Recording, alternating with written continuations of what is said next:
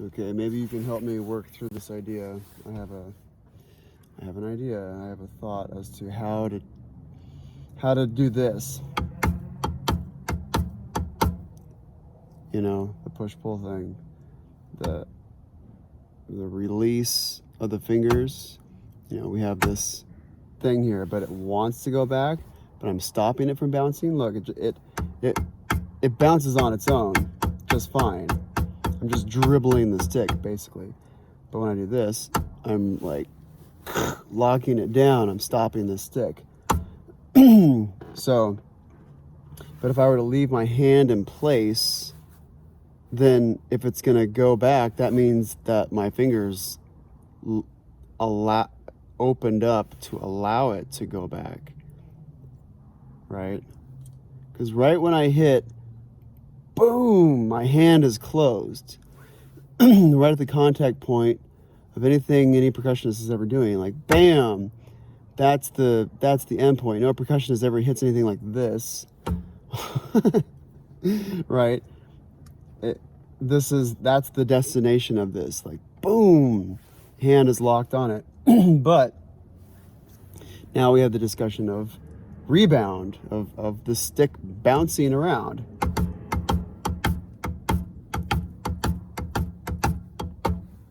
So,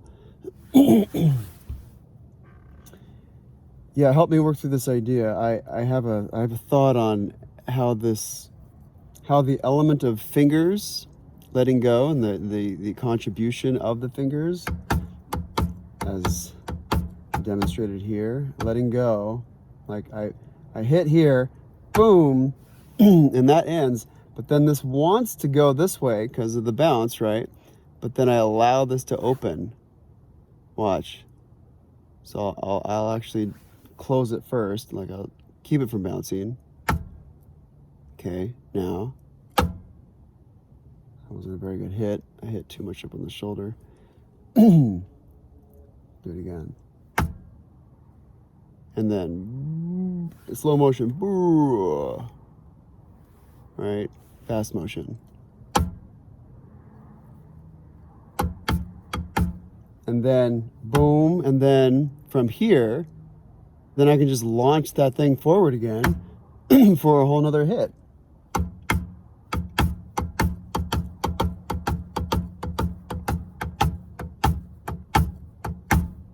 Right? So the element of the fingers, this is what I'm talking about. Okay, so this is my thought that pardon me.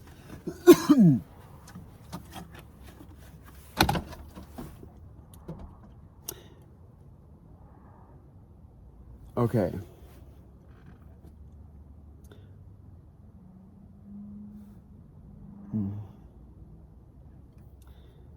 So maybe I'm thinking this, that at the fulcrum, we could just cradle it right there, right? That's not where the stick would normally be. You know, we're not doing this. The stick is up here on top of the thumb. Burp. The perfect fulcrum. Okay.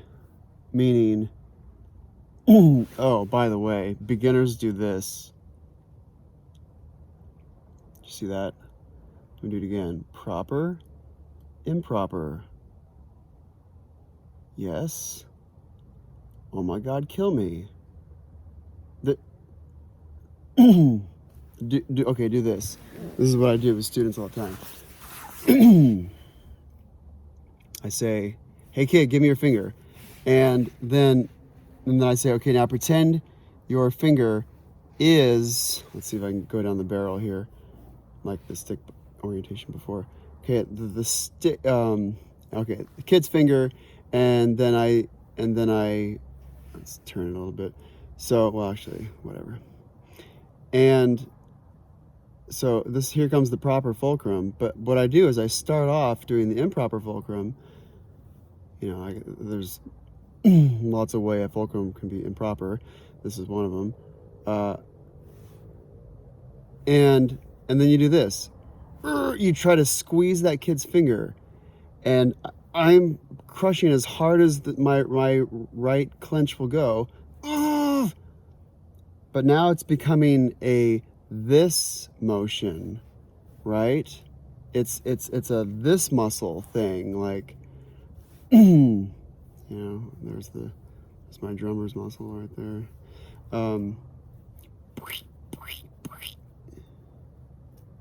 So I don't want it to be a I don't want to be trying to control this huge massive stick that wants to fly all over the place, and I have to control it with like this strength. I'd so much rather it be bam right there strength. So that stick is off. So what I do with a kid is I crush as hard as I can, and which they feel almost nothing. This grip is crazy weak. But then I say, believe it or not, like, this is how hard I'm trying to crush you. But then I bring my thumb onto the stick, and then I, you know, could easily inflict pain, which I don't have to. All I have to do is just send it to 30%, and the kid understands. Anyone understands, adult learners too. So this is my thought. To a little tangent about talking about fulcrums. Bad, good. Okay. So now, but if a student, if you wanted to get a student to only meditate on and get the hands moving, speaking of getting them moving, crack, in relation to the fingers, like that as its own topic, as its own element to practice and to isolate. Yes, you know, drummers do isolatory things all the time, you know, fulcrum, you know, middle finger, ring finger, you know, pinky finger. Ow. That one's a little bit more difficult. Kind of got to boost it a little bit. So anyway, to go there, to talk about the fingers, which is then to say, not talking about the contribution of the wrist, or not talking about the fulcrum, or not talking about, you know, molar grip, or, you know, leading from the bead, or anything like that. Just the contribution of fingers alone. This is my thought for how to get a kiddo going. And of course, when I say kiddo, it's just the word I use for student. Okay, so hold it right around the fulcrum, you know, of the stick, you know, that nodal point. Oh my God, that'll be another video. So anyway, let's just assume you know where to hold the damn thing, you know, the point in which it bounces the most. If I had it here, okay, briefly. And then if I had it here and I try to let it bounce, it would just die. If I try to hold it more to the middle and back slightly, it just dies. But right around here, it'll go on its own without doing any finger action, just like I did. In fact, where the hell is my drum pad? Ah, it's buried. I'm moving out of my storage unit place, as you can see in the other. Let's see, in the other rear view mirror, passenger rear view mirror. Reflection, those are storage units. Okay.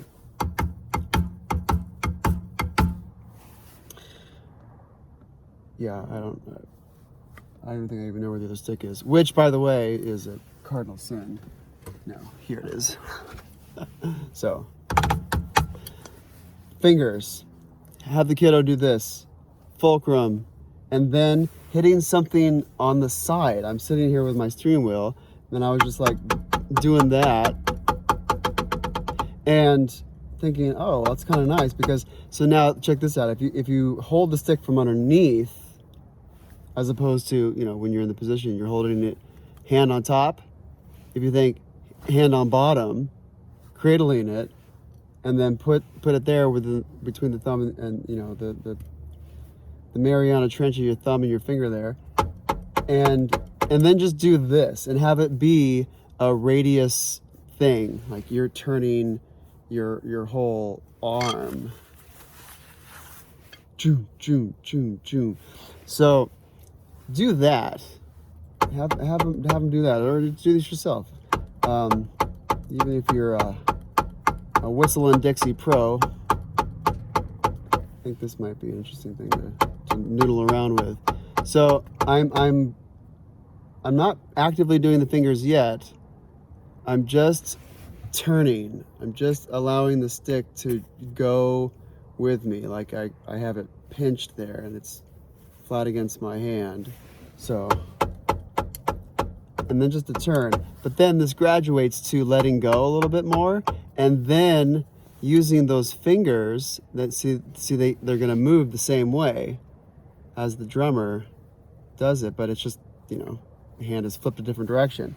But what this does is this is the primary thought, is that then I don't have to worry about fulcrum. I don't have to think about fulcrum at all. There is no fulcrum. I mean, as far as, you know, what you're gonna then do with yourself, you know, first finger fulcrum, second finger fulcrum, both are legit. So, you know, that fulcrum, we'll say, and then I can stop moving my arm, and then I can stop doing this, and then just isolate that, and then start doing this. Just opening and closing the hand, really. So, you know, open hand, closed hand, open hand, closed hand. So then, and then just dribbling. So, okay, I'll go from turning, and then I'll graduate. I'll do it the spectrum between, you know, radial turn and then finger flippy thingies. Okay. So boom, boom. And now I'm gonna stop moving this. And now it's just fingers. Or staying with it the whole time. You know, not letting. That's actually a very good thing to work on, is drumming without any of the fingers ever letting go, without ever losing contact. Now, when you're doing a buzz roll and you're trying to make it nice and pretty, then, you know, you got to just basically let go entirely. Maybe a little dab of the middle finger there with a buzz roll, like, you know, right. Where's the camera? Camera's over here. Okay. Like right there, you know, like boop, boop, just a little contribution. Meanwhile, you're pitching the hell out of it up here. So, but to just do, you know, rudimentary stuff.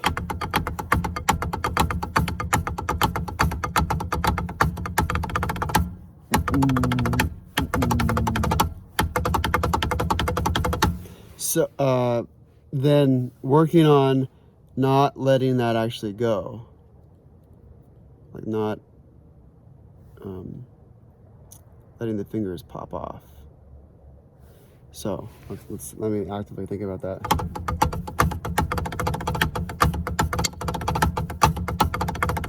Yeah, on those buzz rolls. Oops, I flubbed that last one.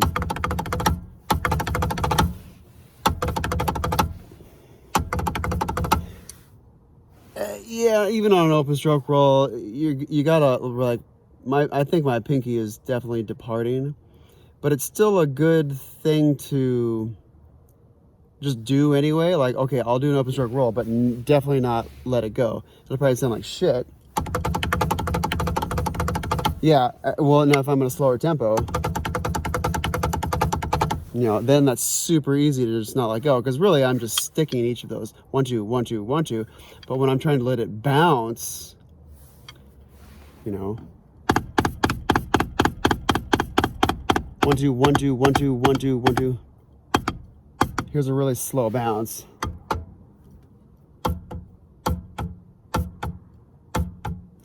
Hand moves once with then 2 actions.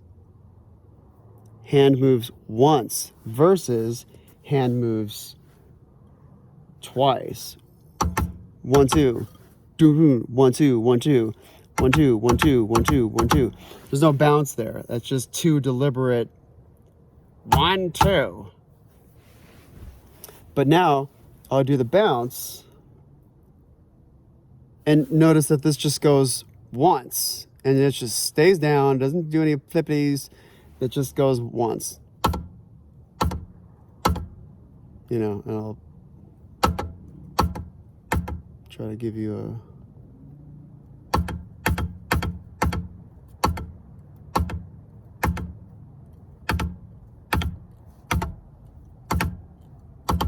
Well, actually, I'm cheating right there. I'm still kind of doing it twice because I'm doing a finger thing. I'm doing, you know, what we're getting to. Okay, let me, you know, just, I'll open up a little bit, but then make it a true bounce.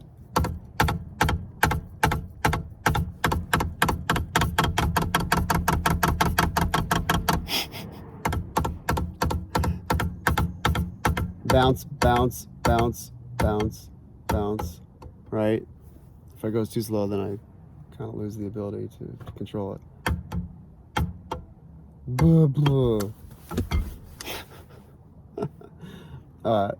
So, anyway, that's another tangent. We're talking about. Okay, back to what we're talking about. So, to review, turning the arm, letting. Oh yeah, that's right. We were talking about this versus like this, keeping the fingers with it, like that right there. Oh, that's kind of a fun thing to practice. So anyway, fun little like speed bag exercise. So yeah, I like the way this feels, because I can just be super relaxed, and I'm not even thinking about the structure of the thumb and the index. These can be super just loose, blah blah blah blah blah blah, and then I can just focus on the contribution of these three. You know, you kind of have like two parts of the hand. You really have these, you know, this as a unit and this as a unit. You know, the drummer's like duality of the hand. This contributes a thing and these contribute a thing, like, or these and these, or this and this. So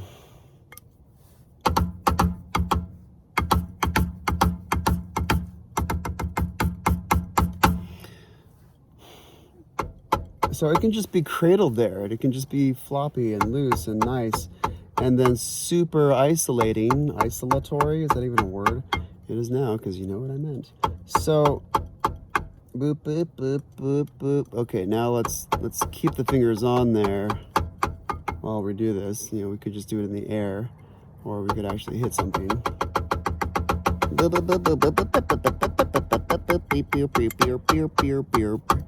Okay, let's...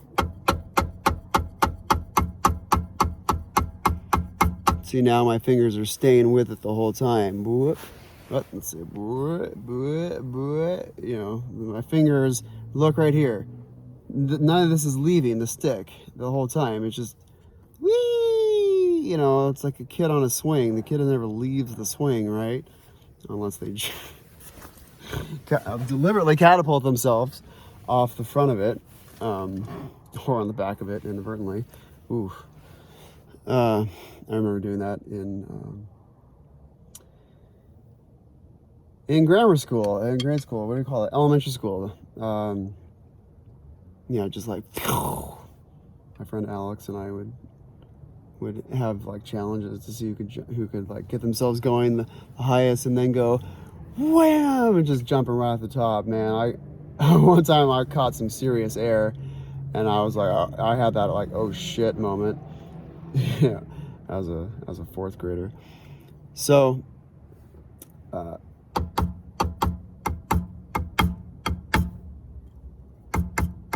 yeah, my fingers aren't leaving. Boop, boop. Now they are.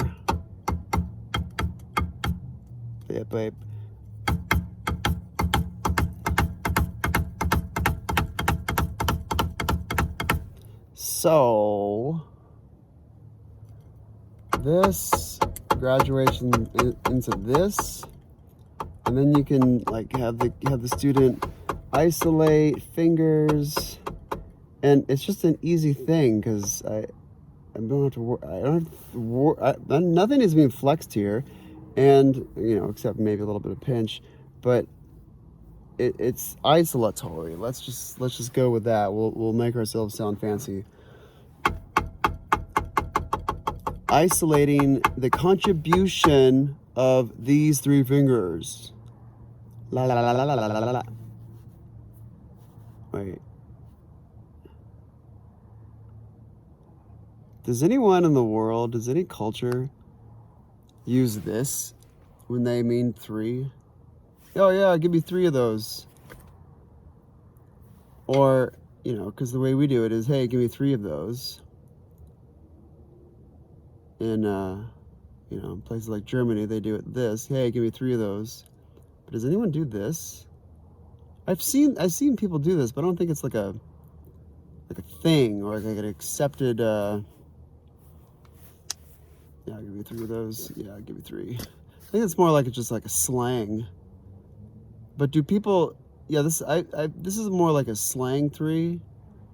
But this is the universal, at least here in America. Like, give me three of those, please. How many people? Three people. Did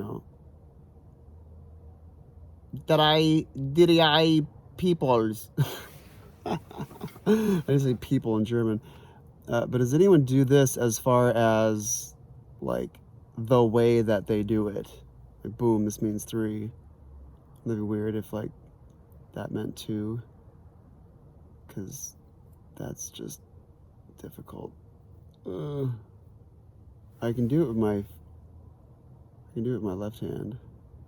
Maybe I can isolate those things. Right? Like, okay, pinky. This has to move a little bit to do that. But then this can isolate. Let's see if my middle finger moves. Right? Wrong finger. It takes a bit of work to get there. And then, of course, that one's easy and that one's easy. But with the right hand, I can't do it. I can't pull that back. Let's see if I can put it there artificially and then hold it. Oh. Nope. But can I do that? Yeah, I can do that. Anyway. That'd be my cross to bear. Okay. Not that it really matters. Okay. Not that it matters at all, actually, with drumming. I'm losing light here. I'm gonna let's put my pandemic mask up there. Let's get a floodlight going and then put it up on this bungee. Oh. I lost the frame.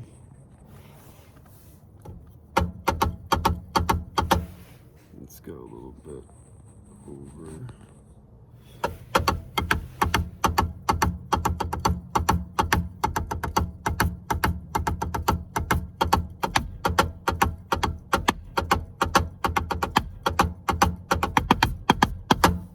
So, yeah, that's my thought. My thought is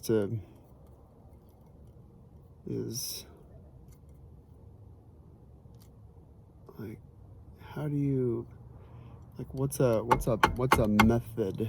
What's a technique for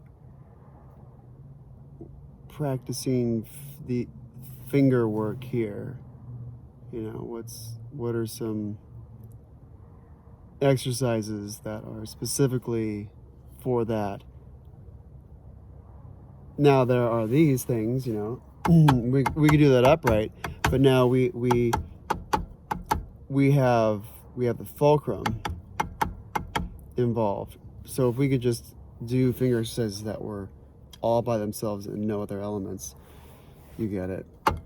Then, whoops, then what would they be?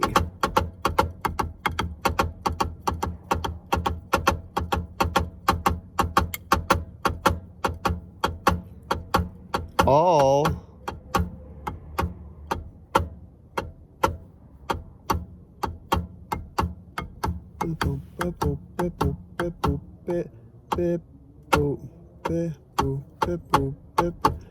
yeah, so I'm doing it upright, like I'm, you know, as if I'm hitting some rack tom over there,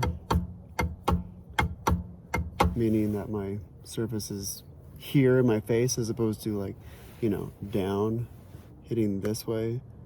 I'm hitting something that's, you know, upright, my steering wheel. Okay, let's get it proper then.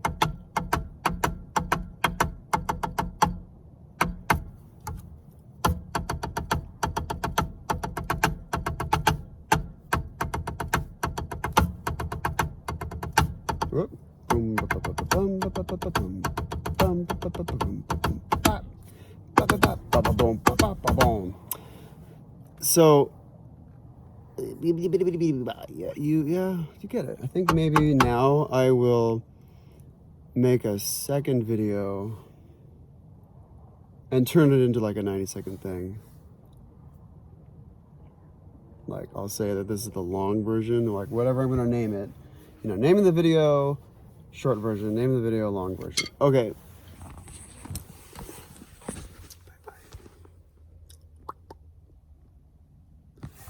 Oh yeah. And then of course there's this. It's backwards. Maybe I'll remember to flip the video. Anyway, meowfacemusic.com. Go there. It will be your new favorite thing, guaranteed. New favorite thing, guaranteed. And the rule is, you like the kitty cat with the headphones, you gotta listen to it in stereo, because, you know, go to the listening page on the website, read it, do that. Okay, bye.